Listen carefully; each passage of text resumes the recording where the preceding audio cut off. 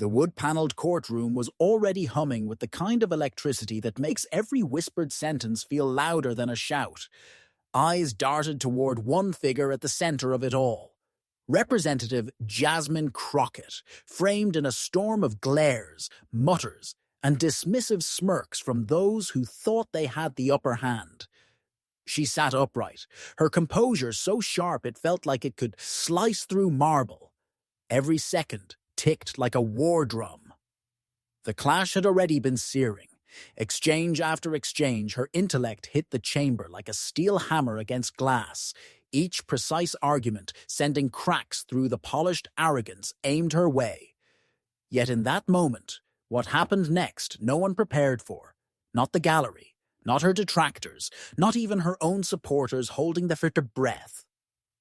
Justice Stephen Breyer leaned forward, eyes steady, and with the weight of decades behind the bench, spoke words not of correction or doubt, but of respect. Respect for her command of the facts, for her eloquence, for her undeniable presence in the room.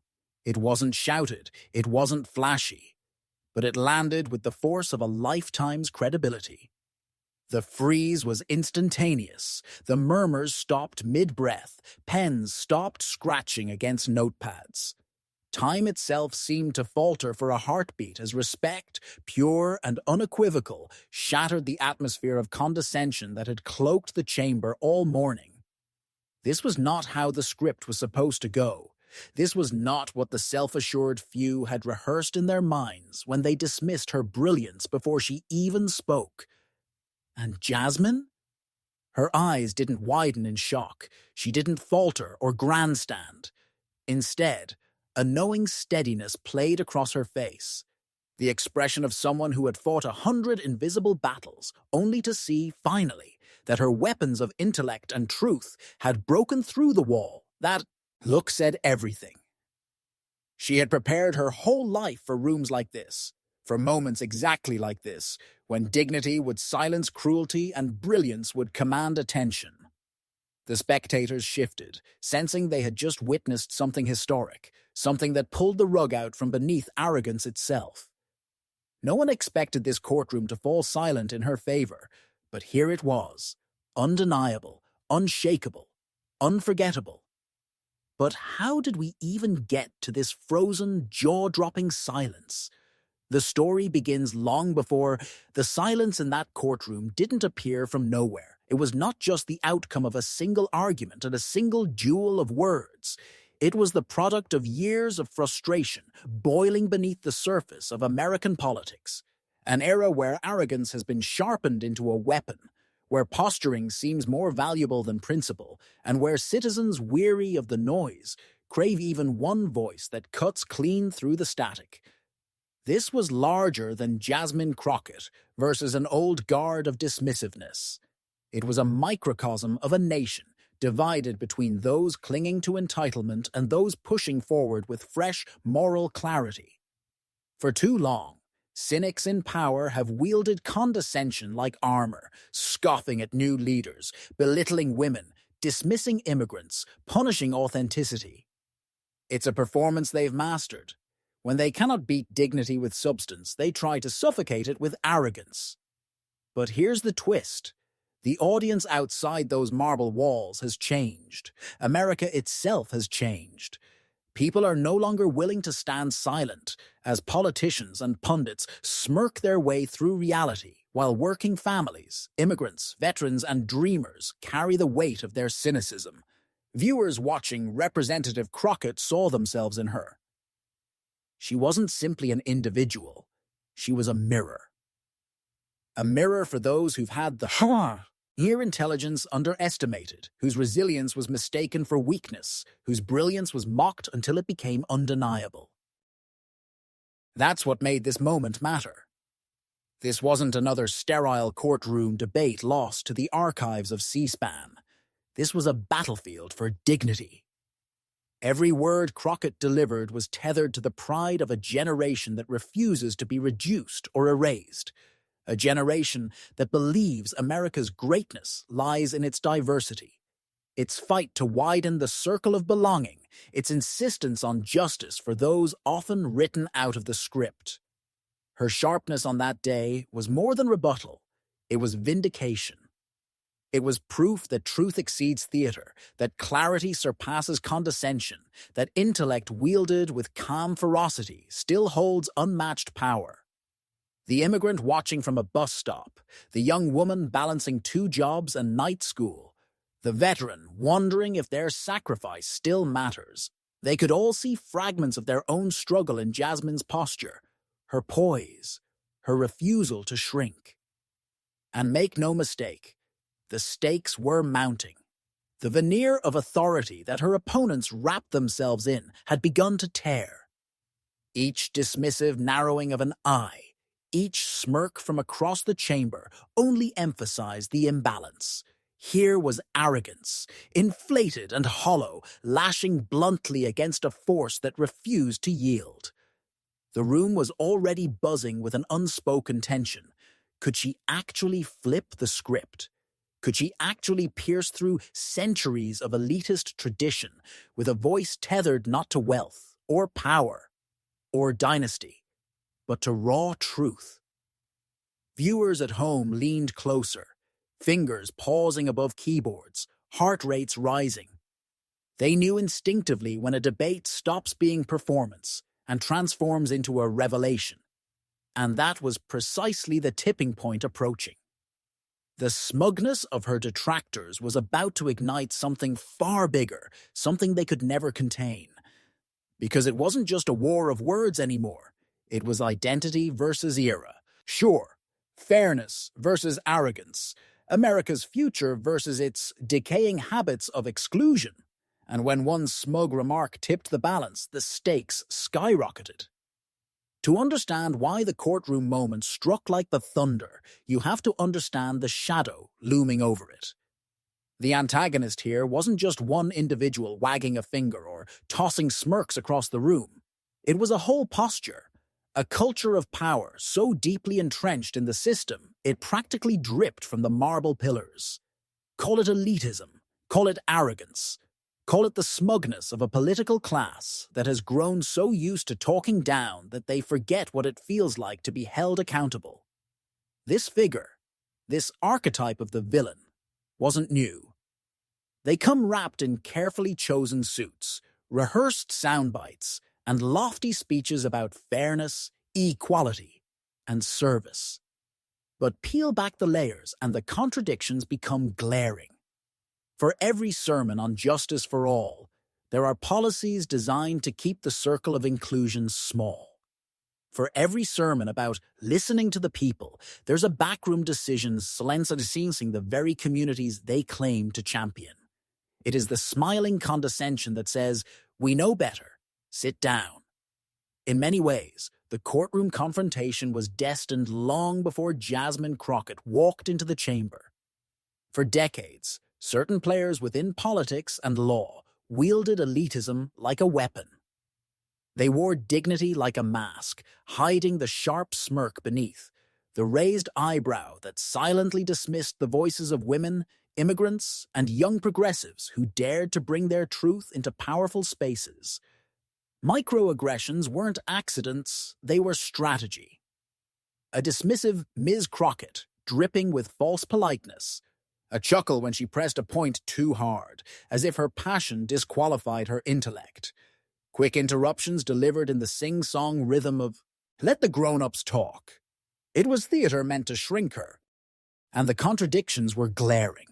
On one hand, this antagonist figure could puff out their chest and declare allegiance to American ideals of equality. On the other hand, their very behavior undermined the promise they invoked. It's a hypocrisy that audiences, especially those who have lived under the shadow of belittling authority, recognize instantly. The grand claims of fairness fall flat when the tone of voice alone drips with exclusion. It was the classic villain arc, a character so accustomed to dominating the stage that they didn't see the walls closing in around them. For the viewer at home, the villain wasn't just interrupting Jasmine Crockett, they were interrupting them too. Every sigh of dismissal, every talking over felt familiar. It echoed the moment you shared an idea in a meeting and got brushed aside until someone else repeated it. It evoked the sting of being told to calm down when you were simply fighting to be heard. It carried the whiff of the history so many communities know too well, where power pretends to lecture you on dignity while simultaneously denying you your seat at the table. And maybe that's what made the smugness unbearable. Because smugness is what power looks like when it's gotten lazy. It's not fierce. It's not even clever. It's the hollow rattling of someone who thinks they cannot be challenged. That arrogance seeped into the courtroom like humidity, clinging to every exchange. The audience could see it. Jasmine felt it. You probably felt it as if you were in the room, the slow burn of irritation rising each time the antagonist dismissed her with a smirk instead of an argument. The irony. This villain figure saw themselves as untouchable. After all, hadn't the system long protected them? Hadn't tradition always been tilted in their favor? The gavel was their sanctuary, the legal jargon their armor. They believed that simp, lie-speaking with enough gravitas, would neutralize anyone who dared to tell the truth. And so, as the debate escalated, they leaned more heavily on the same weapons of arrogance that had once carried them through every room unchallenged. But what they didn't realize is that arrogance has an expiration date, and Crockett's brilliance was about to hasten it. The downfall was being written in real time, though the villain couldn't see it. While they thought they were performing dominance, the audience was scrutinizing every sneer, every scoff, every hollow line. Social media fingers itched to clip the footage, ready to label each smirk for what it was. Insecurity masquerading as superiority. The louder the antagonist postured, the quieter their credibility became. The more they interrupted, the more Crockett's composure stood out as unshakable. Drama flipped its loyalties right before our eyes. What arrogance forgets is that when overplayed, it turns the audience. At first, it might feel like power, but soon enough, the cracks show. And when viewers begin rooting for the underdog, arrogance becomes its own undoing. The courtroom villain had no idea the tables were already turning. They smirked, they interrupted, they dismissed, believing these were the tools of triumph. But arrogance, when pushed too far, always sows the seeds of its collapse.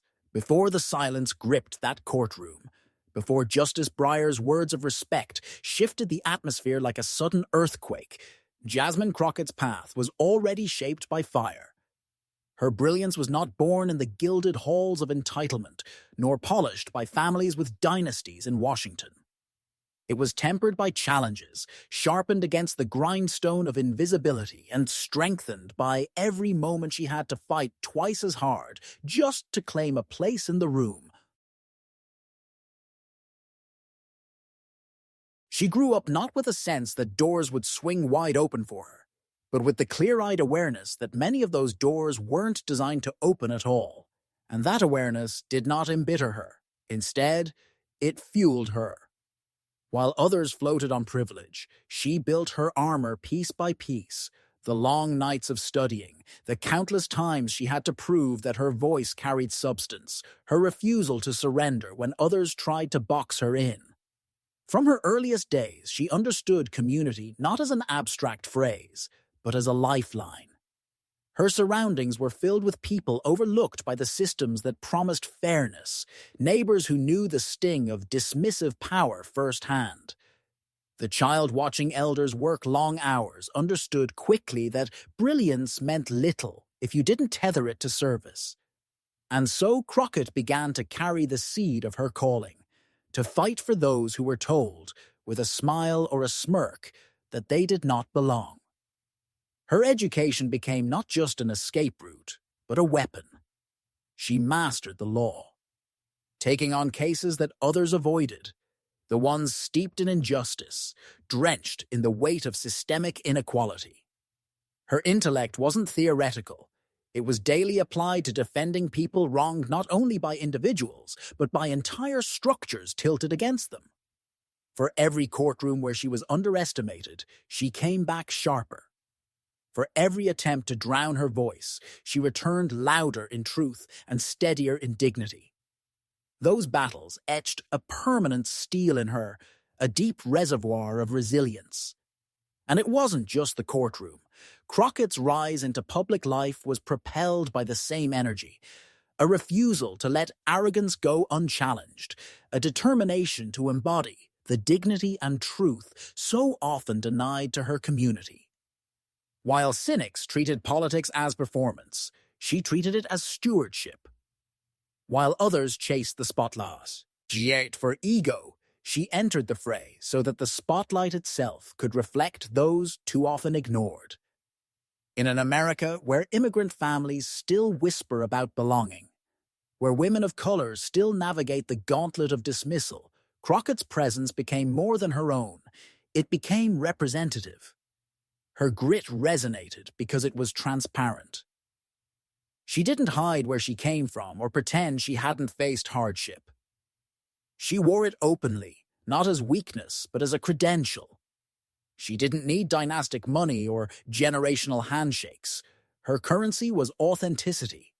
And authenticity is precisely what frightens arrogance most, because arrogance feeds on illusion, while authenticity strips illusion bare. That grounding made her aspirational, yet wholly relatable. To watch her rise was to witness possibility. To see her speak truth in the face of ridicule was to feel a little taller in your own skin. She became the political North Star for those who'd spent years doubting their worth. The immigrant who felt perpetually dismissed, the student carrying the weight of loans and low expectations, the parent working multiple jobs, all could point to Jasmine and say, if she can stand in that room and not bow, then so can I, and here's what made that courtroom clash inevitable. Villains underestimate character forged this way. They calculate dominance based on volume, not memory. They think respect is granted by entitlement rather than earned through sacrifice. But when Crockett walked into that chamber, she carried not just her own narrative, but the collective energy of every slight endured.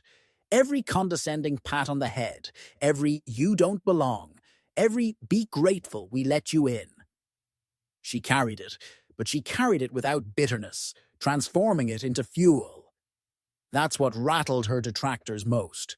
They weren't just sparring against one woman, they were sparring against an entire history of survival, brilliance, and pride that refused to be tricked into silence. By the time her confrontation with arrogance began to unfold, Jasmine Crockett had trained herself to listen without flinching, to slice through smugness without raising her voice, to transform contempt into composure. Each skill was rehearsed through years of lived experience, making her not just another politician, but a truth-bearer. And truth-bearers have a way of unsettling those who rely solely on performance. So when Justice Breyer's validation landed like lightning, when the courtroom froze in stunned silence, it wasn't just about a single exchange. It was about validation of an entire journey. The girl who saw neighbors ignored by power now stood in the nation's halls of justice, unmoved by sneers and disdain.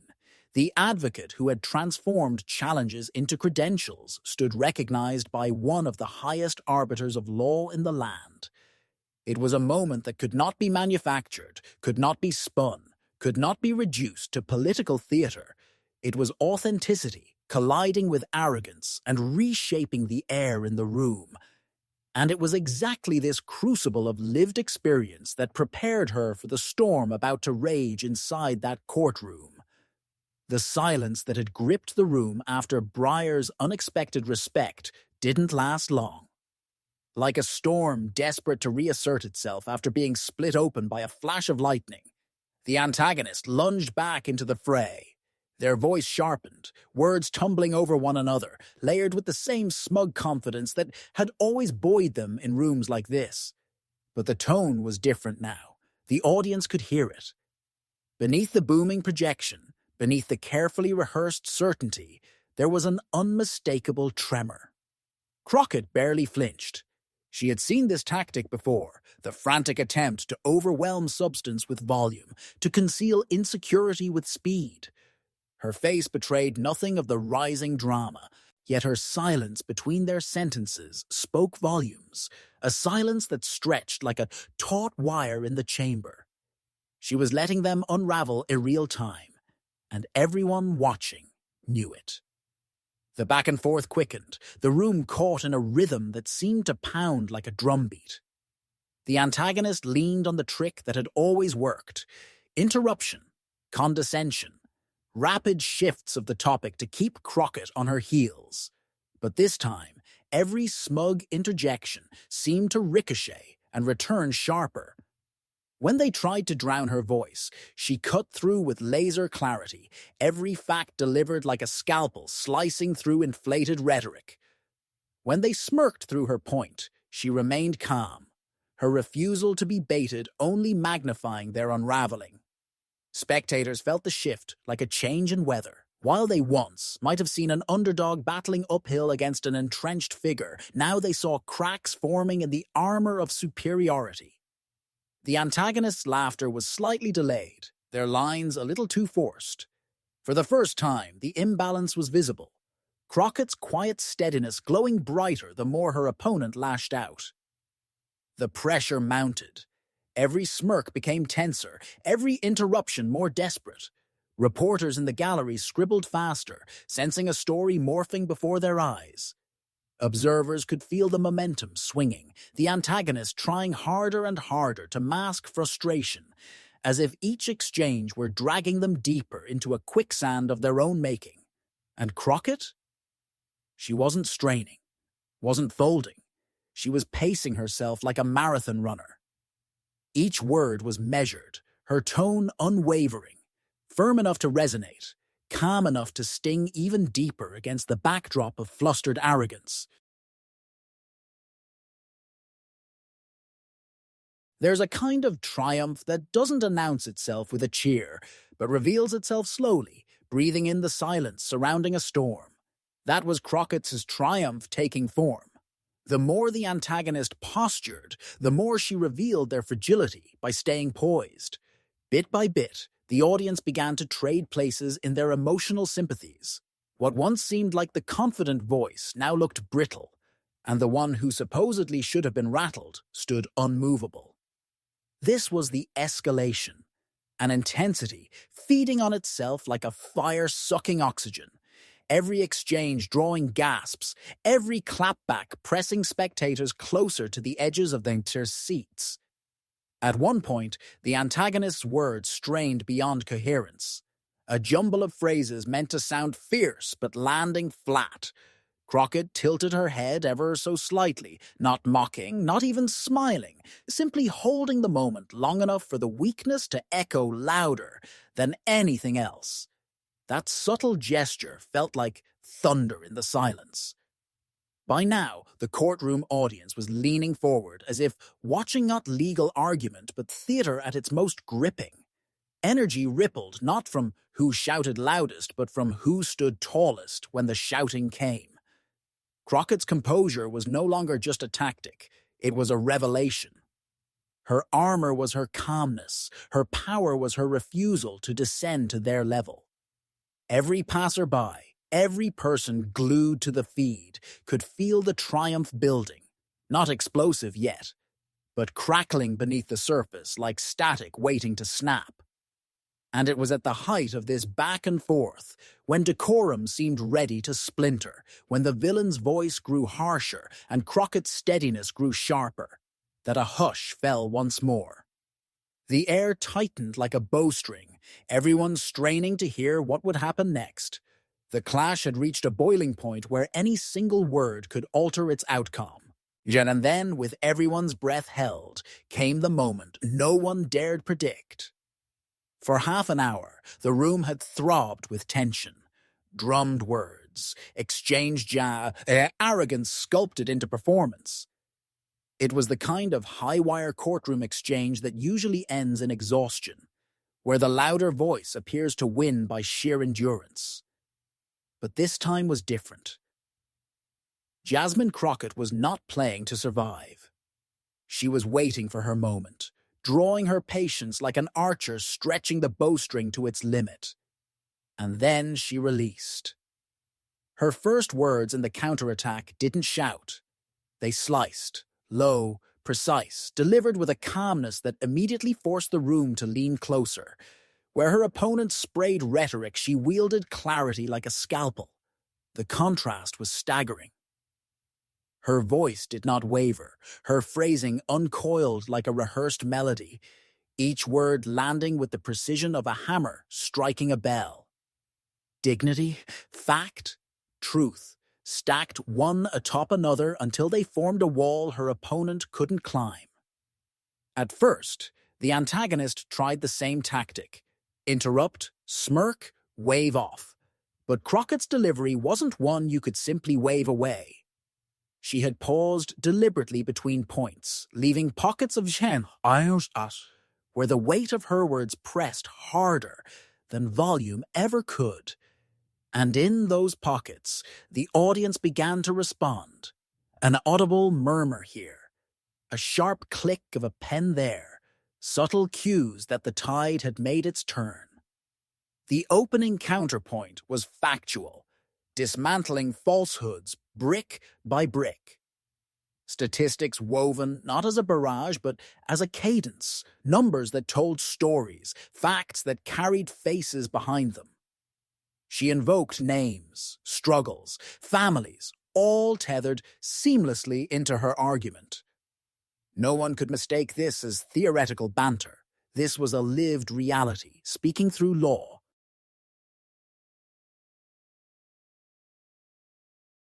Then came the rhetorical strike, the moment when Crockett shifted from defense to offense. She posed a question, razor sharp, directed toward the antagonist, but cast wide enough that everyone in the room felt its edge. "If fairness is truly your principle, then why?" she asked, pausing so long the echo seemed to hang in the air. "Do your words and actions divide? Why is your version of justice so allergic to dignity?" It was surgical. Gasps fluttered in the gallery, quick intakes of breath followed by stunned silence. The antagonist opened their mouth, clawing for a comeback, but Crockett had already shifted the tempo again.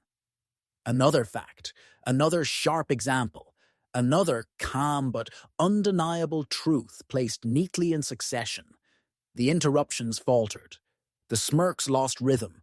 The once booming confidence shrank incrementally, the antagonist visibly glancing for ground that no longer existed beneath their feet. What made the counterattack devastating wasn't just information, it was Crockett's mastery of rhythm. She had slowed the entire room to her pace. Each beat carried intention, each pause demanded stillness, and as her steady voice pressed forward, something remarkable began to happen. The antagonist himself grew quieter, the bluster drained, the posture slipped. He looked not like an untouchable authority, but like a cornered figure, scrambling for footing as the walls closed in. At that precise point, it no longer felt like a debate. It felt like revelation. Spectators weren't witnessing a contest of wits anymore. They were watching arrogance collapse under the sheer weight of dignity. When Crockett stated, "Justice without humanity is theater, not justice," the resonance was so strong a murmur rippled across the benches like a wave breaking. She didn't sneer. She didn't grandstand. She simply spoke truth with such gravity that no performance could stand against it. Then it happened. Justice Stephen Breyer leaned forward. He didn't thunder over the room. He didn't interrupt her like others had tried. Instead, he acknowledged her point with subtle words of admiration, delivered quietly yet with authority backed by decades at the pinnacle of law. His validation wasn't flowery. It held the firm stillness of a gavel striking. Respect, given publicly, in the very moment arrogance had no choice but to bow. You could feel the expectancy crack. Something raw shifted in the room, A venerable voice, an elder statesman, affirming not the entrenched figure but the insurgent clarity of the younger speaker. It was history folding in real time, the bridge from the old guard to the new. Breyer's respect wasn't just for her argument, it was for her presence, her brilliance, her unshakable composure that now defined the chamber. The effect was seismic. The antagonist froze, mid-line, as if the current had been cut from their mic. The spectators went absolutely still, her silence crashing in with more volume than any applause could. Reporters abandoned their frantic scribbles, eyes widened. It was a silence filled with thunder, the kind that roars without a sound. For one perfectly still moment, Jasmine Crockett owned not just the argument, not just the exchange, but the very air of the courtroom. And what made the moment immortal was her restraint. A lesser figure might have smiled triumphantly, might have let satisfaction creep across their face. But Jasmine didn't. She inhaled. She held the stillness. Her steady gaze carried neither gloating nor vengeance. It carried authority. Authority earned, not inherited. Authority validated, not demanded. That restraint transformed the silence into undeniable victory. The audience knew it. You could see it in their faces, the realization blooming that history had happened in this room, in this very exchange. And the arrogant posture that had dominated so many chambers had finally met its match. Arrogance cornered, dignity ascendant, brilliance recognized. And then the freeze deepened, stretching out so long that it felt sacred, almost ceremonial. The stillness was the applause. The absence of noise was the cheer. One didn't need roaring approval when every eye, ear, and heart understood what had just unfolded. For once, it wasn't the voice with privilege that commanded finality. It was brilliance. Her detractor lowered their gaze briefly, ever so briefly, but long enough for the cameras to capture. A vanishing of confidence, a subtle admission visible to millions. They had been shattered not by shouting, but by once. Crockett, in that instant, no longer looked merely like a participant in the chamber. She looked like its center. The moment could have ended there, but the story was only beginning. Because what lingered wasn't just silence. It was the anticipation of resonance beyond these walls. Recorders were rolling, cell phones buzzing, social media already hungering for the clip that would crystallize it forever. The room may have frozen, but outside it, lives pulsed, ready to seize that silence and turn it into a symphony. And when the silence broke, the world outside this courtroom lit up like wildfire. The silence had shattered like glass, and when the sound returned, it wasn't just inside the courtroom, it was everywhere. Within minutes, the clip of Jasmine Crockett's masterful takedown, sealed by Justice Breyer's validation, began burning its way across screens. What started as whispered astonishment in the chamber ballooned into a chorus of voices across the nation. Twitter, no, X as it now branded itself, erupted. Hashtags mushroomed across timelines. #FrozenCourt, #RespectCrockett, #DignityWins. Each retweet carried a current of electricity, and every share came with one unifying declaration. Finally. On Instagram, the moment was already looping as reels, captioned with bold text. She silenced arrogance. With dignity. TikTok turned Breyer's nod of respect into a meme, split-screen reactions showing ordinary people gasping, cheering, or laughing in delight at the antagonist's stunned expression. The sound of silence became the soundtrack of a movement as creators replayed the frozen reaction again and again, framing it as the exact second arrogance lost. And it wasn't just memes or humor, it was something deeper. Ordinary citizens filled the comments sections with messages that read more like confessions than commentary. An immigrant in Houston wrote, "That moment shook me. My whole life I've felt talked over. Watching her stand so calm, seeing Breyer nod to her brilliance, it was like someone stood up for me in that room. A teacher in Detroit chimed in. My students need to see this. Intelligence doesn't have to scream to win.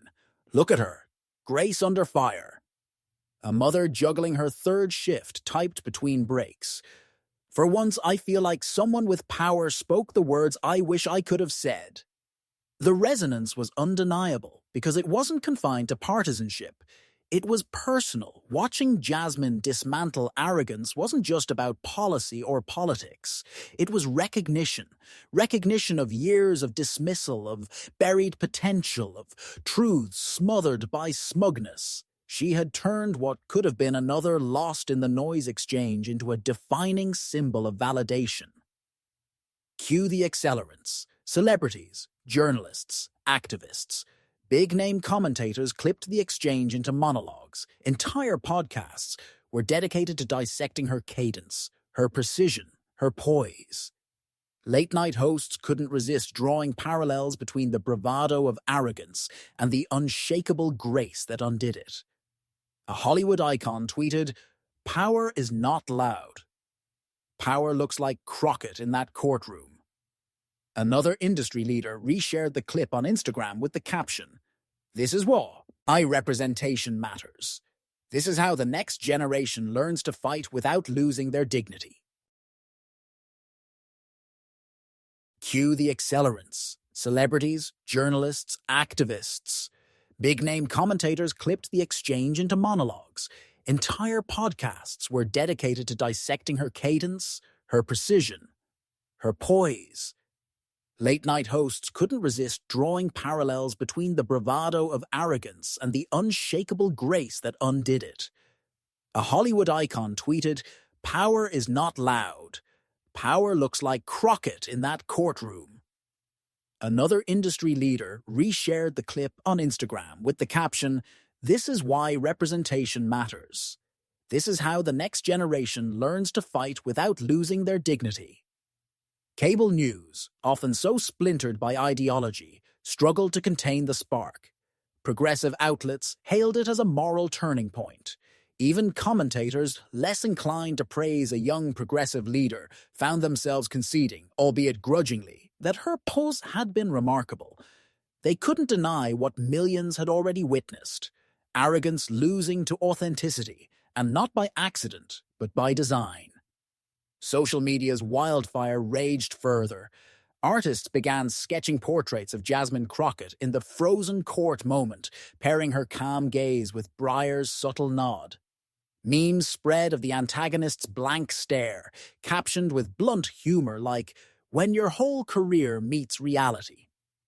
Even high school debate teams picked up the moment, studying her cadence as if it were a masterclass.